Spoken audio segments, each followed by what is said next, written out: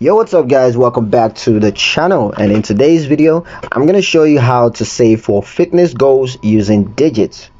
Setting aside money for fitness related expenses like gym membership, equipment, or classes is very easy with digits. So I'm going to show you exactly how to get it done.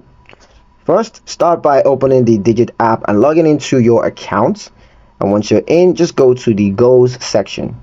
There, just tap create new goal, and then you're gonna name it fitness or something specific like gym membership or home equipment, gym related stuffs. Once that's done, enter your target amount based on your estimated cost, and then you're gonna choose a deadline. If you of course have one, or if you're flexible, you can just leave that open.